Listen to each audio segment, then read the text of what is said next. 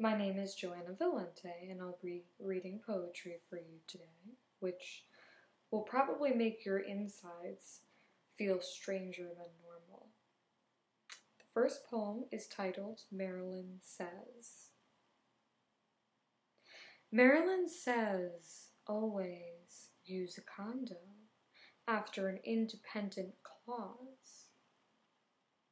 Each night, pray to me for buxom breasts and mountain thighs.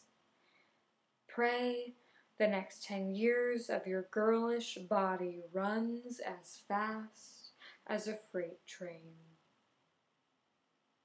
Marilyn says, eat my beauty like poetry, because we're already dead, and dying twice can only happen once you've learned how to suck oysters' boys' teeth inside your mouth, and tastes like cutting legs into God's skirt, swarming butterflies making love upside down like children who have to prove they are worth loving. Marilyn says, I can't imagine making love when I'm 80. The closest to orgasm has been shoving a tampon fast inside and men leaving me with the taste of double vision under my skirt, flowing a river you've never heard of. This next poem is titled, I Too Am Drowning. A man says, you are mine forever, even when you are not.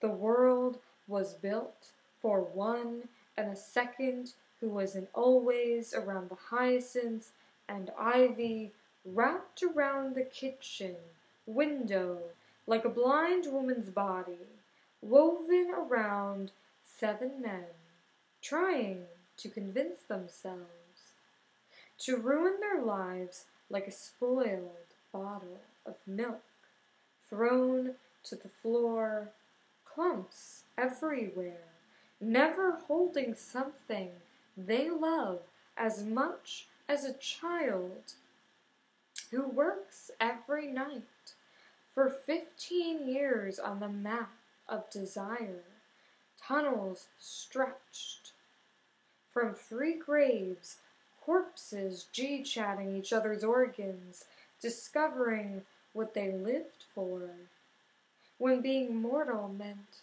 everything, when reconciliation meant cutting out your eyes and peeling back the blanket of shame across the sky, not telling someone they are beautiful, not breathing into the soft glow of a dying woman's mouth and whispering, I love all waste. The next poem is titled Oculus. Everything was supposed to die. The dinosaurs were just the first. The maps of Brooklyn are all wrong. Subways riding humans into snakes' belly. Everyone photobombing each other, where no one needs a padded bra or a loose bathroom tile to hide their shredded selves. A 10-year-old boy thought putting Clorox in his sister's drink was going to be so funny. So funny. That's what I thought too when I created a living orb.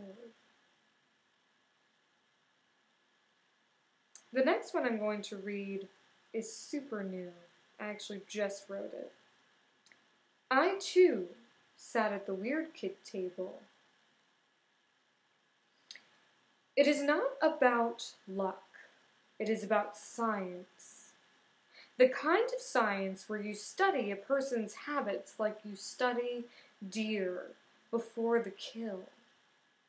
How foreshadowing creeps into your abdomen first, then snakes through the back window of your brain and turns over the bed, pulls out the drawers and shuffles the papers around, just enough to throw you off for a few hours, which is enough time to realize you are actually insane, not just politely crazy.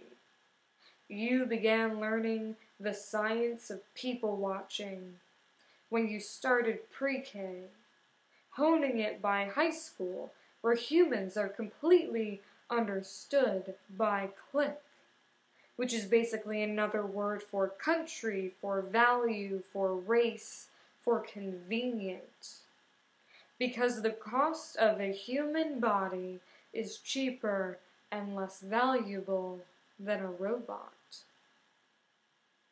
A black Cadillac named Bertha picks you up after school, and you and C would fill your bodies with cigarettes and breathe into cups to see if it's still only half full. For 6 months, you've been trying to leave your body because bodies have imperfections that are hard to love. And how can you be love if you can't hold it?